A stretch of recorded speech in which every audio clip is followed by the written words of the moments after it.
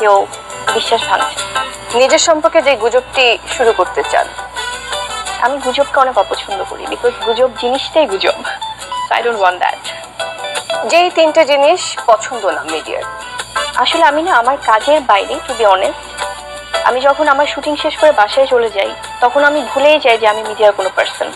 তো মিডিয়া নিয়ে আসলে কখনো ওভাবে চিন্তাই করিনি যে এটা চেঞ্জ করা দরকার, ওটা দরকার। যে মানুষগুলোকে আমি বলবো যে ট্রুথ সিরাম খাইয়ে দেওয়ার জন্য, হ্যাঁ, ট্রুথ সিরাম খাইয়ে দিলে তাদেরকে কি প্রশ্ন করা হবে?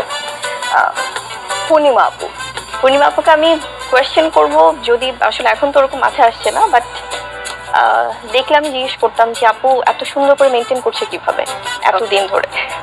জানতে চাইবো যে কাকে আসলে বেশি। এত বছরের কেরিয়ারে আমি কখনো দেখিনি করোনা হওয়ার কারণ বলতে গেলে যেটা বলতে হয় যে এত একটা অস্থির অবস্থা কাজ করেছে ইন্ডাস্ট্রির মধ্যে, এত পলিটিক্স ঢুকেছে ইন্ডাস্ট্রির মধ্যে।